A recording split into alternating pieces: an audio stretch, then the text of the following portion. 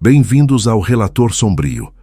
Existem nomes que a história se recusa a esquecer, não pela glória, mas pela infâmia. Nomes que se tornam sinônimo de terror. Pablo Emílio Escobar Gaviria é um deles. Mas a crônica de seu reinado de sangue vai muito além da história de um simples traficante. É o relato de como um homem, ostentando uma fortuna que parecia não ter fim, declarou uma guerra total contra um Estado, usando o medo como sua principal arma e a vida de inocentes como moeda de troca. Nos próximos minutos, não vamos apenas relembrar os crimes que chocaram o mundo. Vamos descer pela espiral de violência que quase desintegrou uma nação. O que você está prestes a descobrir sobre a máquina de terror do cartel de Medellín e o preço que a Colômbia teve que pagar vai te surpreender. Para compreender a década mais sangrenta da história recente da Colômbia, precisamos primeiro entender o catalisador que acendeu o pavio: a extradição. No início dos anos 1980, o cartel de Medellín, sob a liderança incontestável de Pablo Escobar, não era apenas uma organização criminosa, era um império multinacional. Seu produto, a cocaína, inundava as ruas dos Estados Unidos, gerando um fluxo de dinheiro tão colossal que era literalmente impossível de contar. Estima-se que, em seu auge, Escobar acumulou uma fortuna que o colocou entre os homens mais ricos do planeta.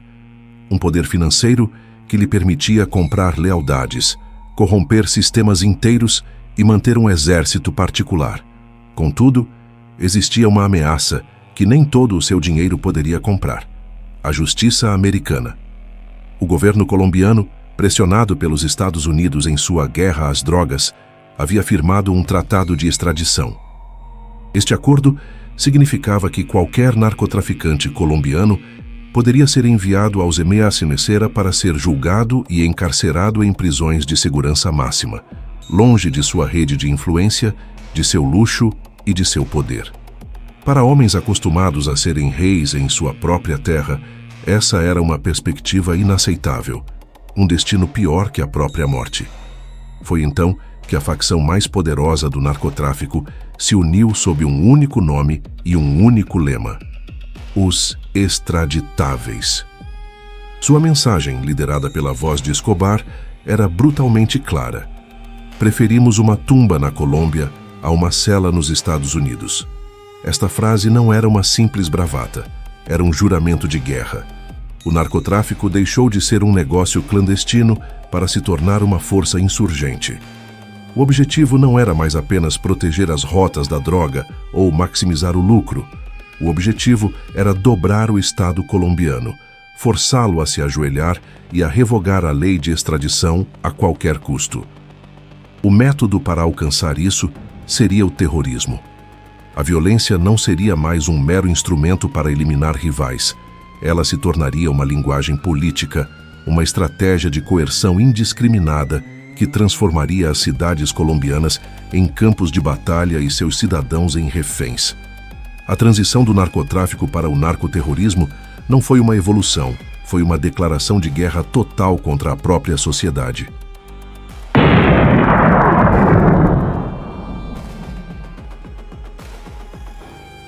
A primeira fase da guerra de Escobar contra o Estado foi cirúrgica, precisa e impiedosa. O objetivo era decapitar a resistência institucional, eliminando as figuras-chave que ousavam desafiar seu poder. Não se tratava de violência aleatória, mas de mensagens calculadas enviadas com balas e sangue para provar que ninguém, independentemente de seu cargo, estava a salvo.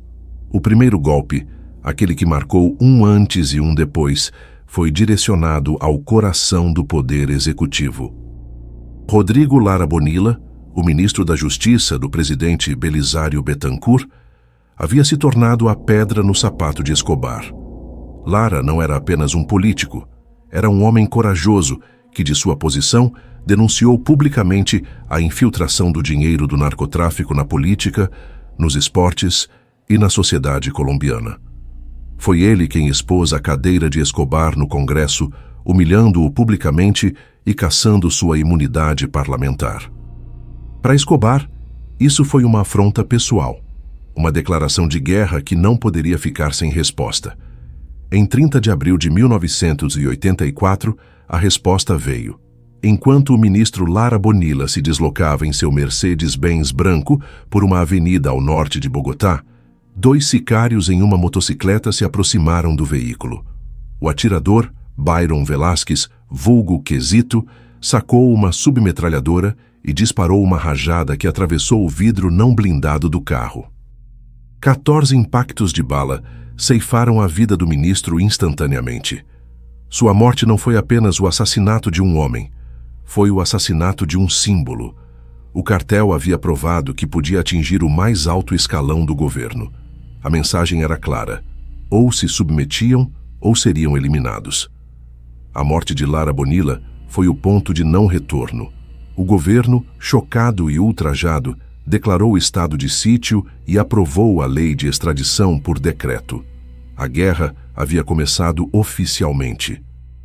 O custo de desafiar o cartel havia sido medido na vida de um ministro, e o valor da justiça parecia diminuir a cada bala. Mas o poder de um Estado não reside apenas em seus políticos. Reside também na liberdade de sua imprensa. E a voz mais crítica, a caneta mais incisiva contra o império de Escobar, pertencia a Guillermo Cano Izaza, o diretor do lendário jornal El Espectador. Cano, um jornalista da velha guarda, íntegro e destemido, usou as páginas de seu jornal para travar sua própria guerra. Publicou editoriais contundentes, investigou as origens da fortuna de Escobar e lembrou à Colômbia que, anos antes, o Capo havia sido um criminoso comum, preso por tráfico de drogas. Para um homem obcecado por sua imagem pública, que gastava parte de seu dinheiro construindo uma aura de benfeitor social, as revelações de Cano eram veneno puro. A vingança, mais uma vez, foi metodicamente planejada. Na noite de 17 de dezembro de 1986, enquanto Guillermo Cano saía da sede do jornal em seu Subaru, 2 sicários de moto o interceptaram. Dispararam a queima-roupa 4 vezes. Ele morreu ao volante, com as luzes da cidade refletidas no para-brisa estilhaçado. O assassinato de Cano não foi apenas um crime contra um homem, foi um atentado contra a liberdade de expressão de todo um país. O objetivo era impor uma lei do silêncio, estabelecer o que ficou conhecido como o custo da palavra. A mensagem a todos os jornalistas da Colômbia era aterrorizante: investiguem, escrevam, denunciem, e este será o seu destino. O caso, por décadas, tornou-se um monumento à impunidade. Apesar das provas, os responsáveis intelectuais com Escobar à frente evitaram a justiça. O Estado se mostrou incapaz não apenas de proteger seus jornalistas mais corajosos, mas também de punir seus assassinos, criando um efeito amedrontador que silenciou muitas vozes pelo puro terror. A investigação só seria reativada seriamente muitos anos depois, mas a essa altura, o dano já estava feito. Com o executivo e a imprensa feridos de morte, o cartel voltou sua mira para as outras 2 cabeças do poder estatal: o judiciário e a liderança política. Carlos Mauro Hoyos, o procurador-geral da nação, era um defensor ferrenho da extradição. Em janeiro de 1988, enquanto se dirigia ao aeroporto de Medellín, seu veículo foi interceptado. Ele foi sequestrado, interrogado e, horas depois, executado. Seu corpo foi abandonado com 11 ferimentos de bala. A principal autoridade jurídica do país havia sido assassinada, uma mensagem direta a todos os juízes e promotores. Apoiar a extradição era assinar a própria sentença de morte. O sistema judicial, já enfraquecido pela corrupção e pelo medo, cambaleou. Mas o golpe mais audacioso, aquele que buscava alterar o futuro da nação, estava reservado para o homem que representava a maior ameaça para o narcotráfico: Luiz Carlos Galán Sarmiento. Galán não era apenas um candidato presidencial, era um fenômeno político, um líder carismático cuja plataforma se baseava na luta frontal contra os cartéis e na defesa intransigente da extradição. Ele liderava todas as pesquisas e sua eleição como presidente era dada como certa. Para Escobar, a presidência de Galán significava o fim de seu império, sua extradição garantida. Era uma ameaça existencial que precisava ser neutralizada a qualquer preço. Em 18 de agosto de 1989, durante um comício de campanha na praça principal de Soacha, um município nos arredores de Bogotá, o plano foi colocado em ação. Enquanto Galán subia no palanque e levantava os braços para saudar a multidão entusiasmada, sicários infiltrados entre o público abriram fogo com metralhadoras. Galán caiu mortalmente ferido diante dos olhos de milhares de seus seguidores e das câmeras de televisão que transmitiam ao vivo. O país inteiro assistiu em choque e horror sua maior esperança ser assassinada. A morte de Galán foi um magnicídio que mergulhou a Colômbia no luto e no desespero. O cartel havia alcançado seu objetivo tático: eliminar seu inimigo mais formidável. No entanto, estrategicamente, foi um erro de cálculo monumental. Longe de intimidar o Estado, o assassinato de Galán despertou uma fúria sem precedentes. O governo, agora liderado por César Gaviria, o sucessor político de Galán, declarou uma guerra total. A perseguição a Escobar se intensificou a níveis nunca antes vistos. Ao eliminar seu principal oponente, Escobar não havia vencido a guerra.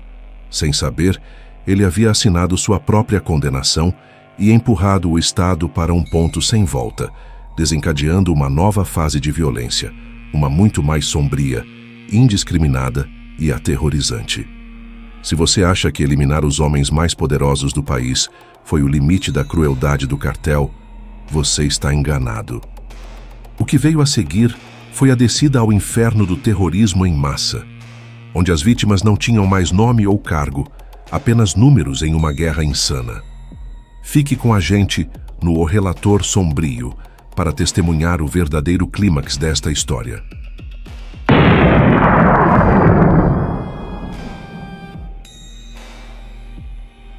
O assassinato de Luiz Carlos Galán, longe de subjugar o Estado colombiano, provocou o efeito oposto.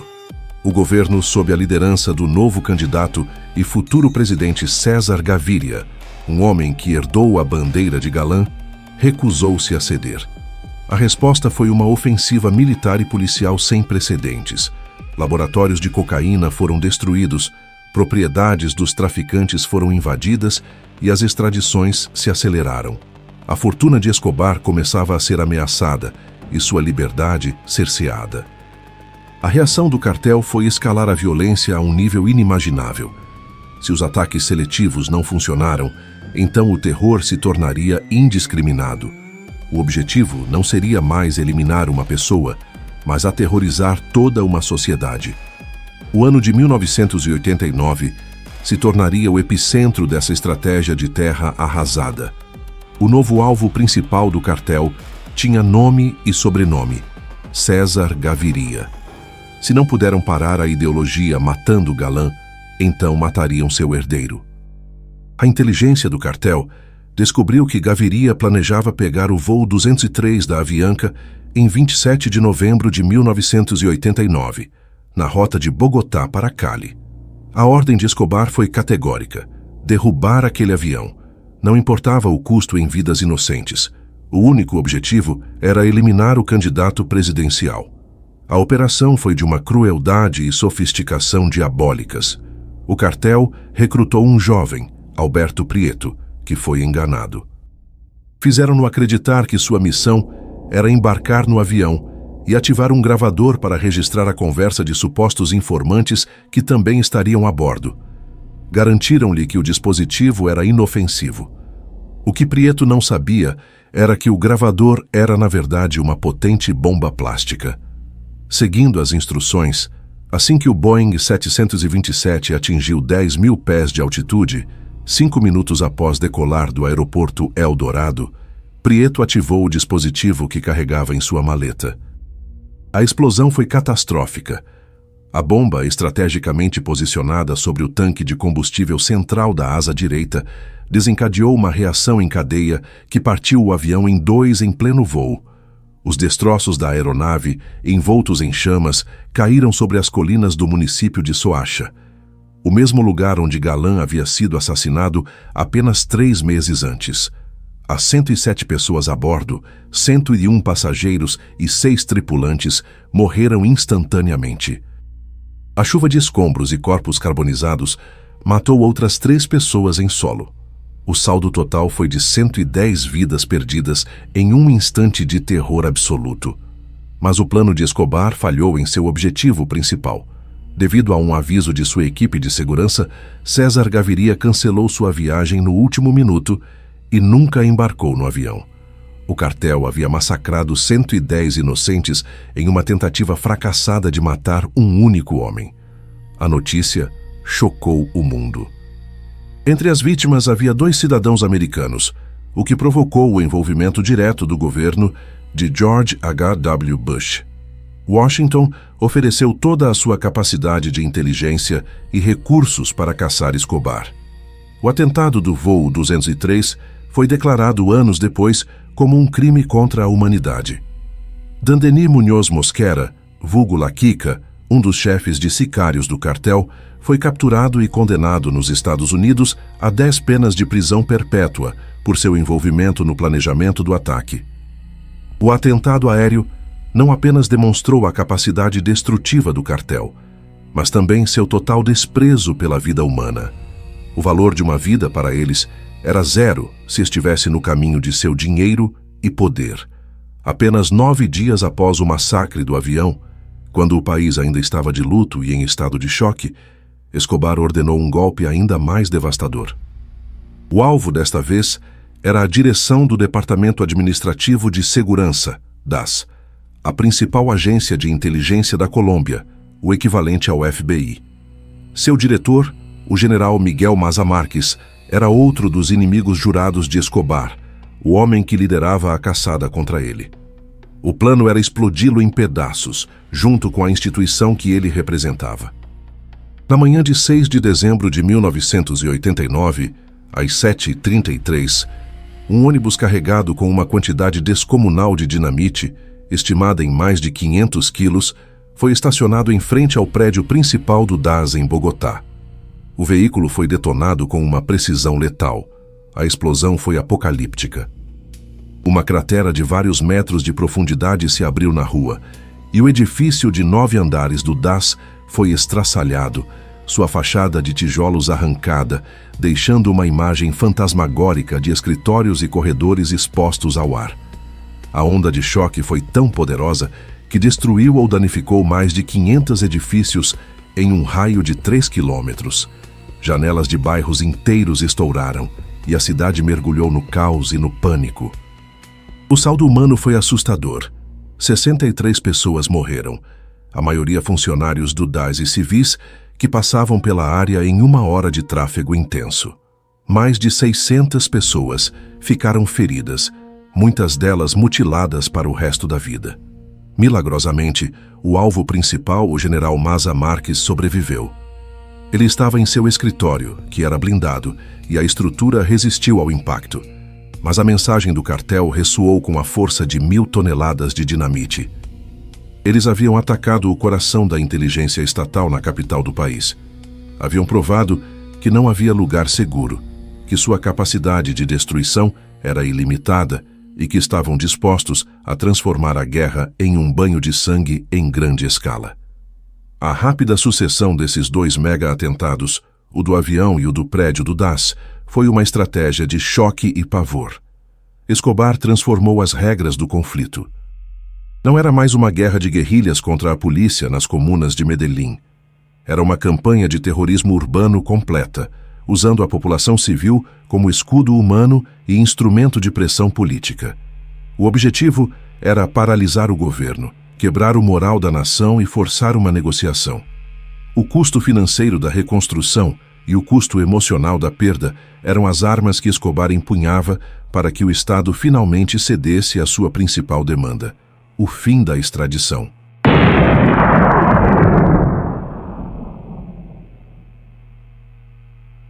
A estratégia de terror do cartel de Medellín não se limitou a atentados espetaculares e assassinatos de alto escalão. Escobar e sua organização teceram uma rede de violência estrutural, projetada para desestabilizar o tecido social desde suas fundações e corroer a capacidade de resposta do Estado. Esta fase da guerra foi menos midiática, mas igualmente letal, uma guerra travada nas ruas, nas famílias e na psique da nação. Medellín, o berço do Império de Escobar, tornou-se o epicentro de uma guerra urbana brutal. Os bairros pobres, as comunas que se espalhavam pelas encostas das montanhas, transformaram-se em campos de recrutamento e campos de batalha. Escobar, que havia cultivado uma imagem de Robin Hood paisa, construindo campos de futebol e distribuindo dinheiro, agora usava essa mesma base social para alimentar seu exército de sicários. Ele oferecia a jovens sem futuro uma saída rápida para a pobreza: matar por dinheiro. Uma tarifa macabra se popularizou. O cartel pagava uma soma considerável por cada policial assassinado. Essa política transformou os agentes da lei em alvos ambulantes e desencadeou uma caçada humana nas ruas da cidade. As forças de segurança responderam com uma repressão igualmente feroz, muitas vezes estigmatizando e criminalizando comunidades inteiras. Incursões, confrontos e execuções extrajudiciais tornaram-se comuns. A cidade vivia em permanente estado de sítio. O cartel empregava táticas de guerrilha urbana, carros-bomba de menor escala para semear o caos, bloqueios de vias com veículos incendiados para emboscar patrulhas, e uma rede de informantes que vigiava cada movimento da polícia e do exército. O medo tornou-se o ar que se respirava em Medellín. A população civil ficou presa no fogo cruzado, vítima tanto da violência do cartel quanto da resposta, por vezes indiscriminada, do Estado.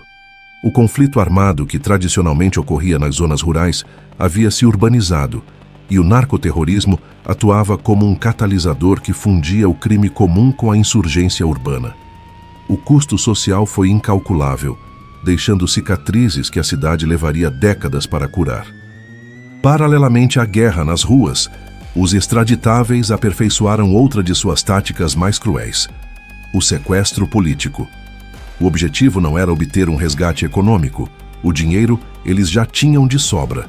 O objetivo era acumular reféns de alto valor para usá-los como moeda de troca, em uma negociação política com o governo.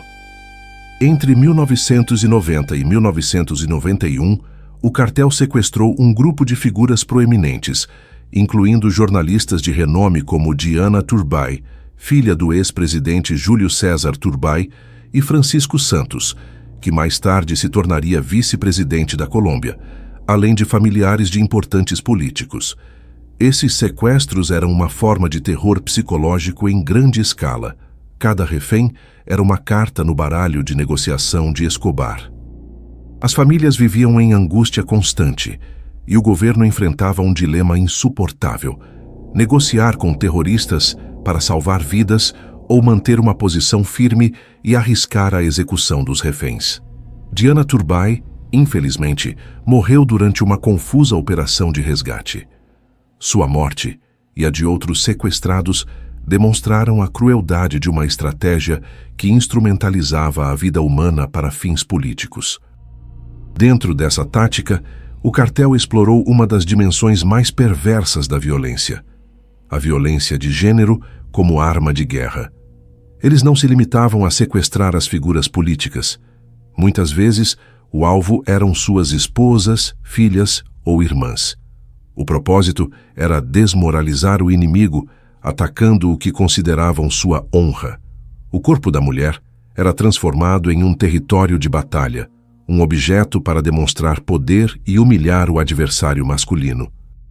Essa tática desumana revelava uma profunda depravação moral, mostrando que o terror de Escobar não conhecia limites, explorando as vulnerabilidades familiares e os códigos culturais mais arraigados para quebrar psicologicamente seus inimigos. Talvez o episódio mais complexo e controverso que se entrelaça com a história do cartel seja a tomada do Palácio da Justiça em novembro de 1985. O assalto foi executado militarmente pelo grupo guerrilheiro M-19, que invadiu o prédio e tomou centenas de pessoas como reféns, incluindo todos os magistrados da Suprema Corte de Justiça. A reação do exército foi uma retomada a sangue e fogo que durou 28 horas e terminou em uma catástrofe. O palácio incendiado e mais de 90 mortos, entre eles metade dos juízes da corte. Embora o M-19 tenha sido o autor material, a sombra de Pablo Escobar sempre pairou sobre essa tragédia. A narrativa histórica mais difundida sustenta que o cartel de Medellín financiou a operação. O motivo? Na Suprema Corte de Justiça repousavam todos os arquivos e processos dos casos de extradição. A destruição desses documentos representava um benefício direto e maciço para os extraditáveis. A queima do palácio não apenas apagaria as provas contra eles, mas também eliminaria fisicamente os magistrados que estudavam a constitucionalidade do tratado de extradição.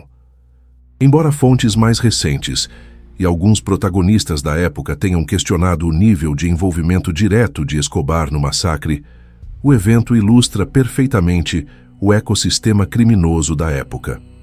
O narcotráfico, com seus recursos financeiros ilimitados, agia como um grande catalisador da violência, capaz de instrumentalizar outros grupos armados, fossem guerrilhas ou paramilitares, para que lutassem suas guerras. A responsabilidade se tornava difusa, mas a origem do financiamento e o beneficiário final do caos eram claros. O incêndio do Palácio da Justiça, independentemente do grau de participação de Escobar, foi o símbolo de um país onde a própria justiça podia ser reduzida a cinzas.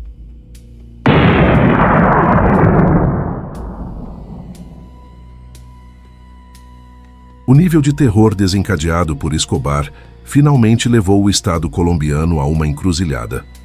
A pressão social era imensa. Em 1991, em uma tentativa de frear o derramamento de sangue, o governo de César Gaviria promoveu uma Assembleia Nacional Constituinte que, entre outras coisas, proibiu a extradição de cidadãos colombianos na Constituição. Era a vitória que Escobar buscara por anos, uma vitória comprada com o sangue de milhares de inocentes. Em troca, Escobar concordou em se entregar à justiça, mas sua rendição foi uma farsa. Ele não foi para uma prisão convencional, mas para uma prisão de luxo que ele mesmo mandou construir, com a anuência do governo. Ficou conhecida como La Catedral, de lá cercado por seus homens de confiança, com jacuzzis, campos de futebol e vistas panorâmicas de Medellín, Escobar continuou a delinquir, controlando suas rotas de narcotráfico e ordenando execuções. O escândalo explodiu quando se soube que ele havia torturado e assassinado 2 de seus próprios sócios dentro da prisão. Quando o governo finalmente decidiu transferi-lo para uma prisão de verdade, em julho de 1992, Escobar simplesmente fugiu, saindo pela porta dos fundos. A fuga de La Catedral foi a humilhação final para o Estado e o começo do fim para Pablo Escobar. Desencadeou-se a maior caçada humana da história da Colômbia. Foi criada uma unidade de elite, o Bloco de Buscas, treinada por forças especiais dos Estados Unidos. Mas eles não estavam sozinhos. Um novo e sinistro ator entrou em cena. Los Pepes, perseguidos por Pablo Escobar, um grupo paramilitar financiado por cartéis rivais como o de Cali e por ex-sócios de Escobar traídos por ele. Os Pepes iniciaram uma guerra suja, usando os mesmos métodos terroristas de Escobar contra ele e seu entorno. Assassinaram seus advogados, seus contadores, seus familiares e dinamitaram suas propriedades. A violência foi combatida com mais violência, mergulhando Medellín em uma guerra de 3 lados: o cartel, o Estado e Los Pepes. Acuado, com seu império financeiro desmoronando, sua rede de sicários dizimada e sua família sob ameaça, Escobar se tornou um fugitivo. Em 2 de dezembro de 1993, um dia após seu aniversário de 44 anos, as autoridades, usando tecnologia de rastreamento de chamadas fornecida pelos Estados Unidos, localizaram seu esconderijo em um bairro de classe média de Medellín. Enquanto falava ao telefone com seu filho, o bloco de buscas invadiu a casa. Escobar tentou escapar pelos telhados descalço e armado com uma pistola. Na troca de tiros que se seguiu, ele foi abatido. A imagem de seu corpo inerte sobre um telhado de telhas vermelhas rodou o mundo. O capo mais procurado do planeta havia caído. A morte de Escobar marcou o colapso definitivo do cartel de Medellín. Sua estrutura hierárquica e personalista não sobreviveu ao desaparecimento de seu líder. No entanto, o fim de Escobar não significou o fim do narcotráfico. O vácuo de poder foi imediatamente ocupado por seus rivais, o muito mais discreto e empresarial Cartel de Cali, que herdou o controle do mercado mundial da cocaína. A violência espetacular do narcoterrorismo diminuiu, mas o negócio, a corrupção e a violência associada persistiram, transformando-se em novas formas. O legado da era de Pablo Escobar é profundo e doloroso.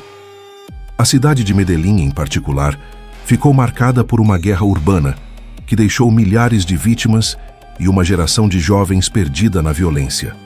A luta pela memória histórica e pela justiça para as vítimas de crimes como o do Voo 203 ou o assassinato de Guillermo Cano tem sido uma batalha longa e difícil. O reconhecimento legal desses atos como crimes contra a humanidade foi um passo crucial para garantir que não fossem esquecidos nem reduzidos a simples estatísticas criminais. Legal e moralmente, a figura de Escobar, muitas vezes romantizada por séries e filmes, foi julgada de forma inequívoca pela história. O Tribunal Geral da União Europeia, em uma sentença sobre o registro de seu nome como marca comercial, determinou que Pablo Escobar está associado em nível mundial ao narcotráfico, narcoterrorismo e ao imenso sofrimento derivado de suas atividades. A percepção pública não pode apagar os fatos. Escobar foi um criminoso implacável que acumulou uma imensa fortuna às custas da vida e da paz de uma nação inteira. Os piores e mais violentos crimes cometidos pelo cartel de Medellín, sob a liderança de Pablo Escobar, foram aqueles que marcaram a Guerra da Extradição, 1984-1993. Esses atos podem ser divididos entre os assassinatos seletivos, Lara Bonilla, Hoyos, Galán e Cano, e os atos de terrorismo de massa coordenado, Voo Avianca 203 e atentado ao edifício do DAS. O Voo Avianca 203 e o atentado ao edifício do DAS representam o clímax da crueldade do narcoterrorismo, definidos por sua escala, centenas de vítimas, e por sua natureza indiscriminada, que justificou a classificação como crimes contra a humanidade. Em suma, a violência do cartel de Medellín foi uma tentativa de subverter a soberania nacional por meio de um ataque sistemático e sem precedentes à vida civil e à estabilidade institucional, tudo para proteger um negócio multibilionário. O êxito do Estado colombiano em desarticular o cartel e eliminar seu líder veio ao preço de uma profunda fragilidade institucional, uma persistente cultura de violência e a necessidade contínua de lutar pela memória e pela justiça para as milhares de vítimas do narcoterrorismo. Se esta crônica sobre as profundezas do poder e do terror te impactou, inscreva-se no O Relator Sombrio para continuar explorando as histórias mais obscuras e complexas do nosso mundo. Dê like neste vídeo e deixe sua opinião nos comentários. Seu apoio nos permite continuar criando conteúdo de alta qualidade como este. Obrigado por nos acompanhar. Até a próxima.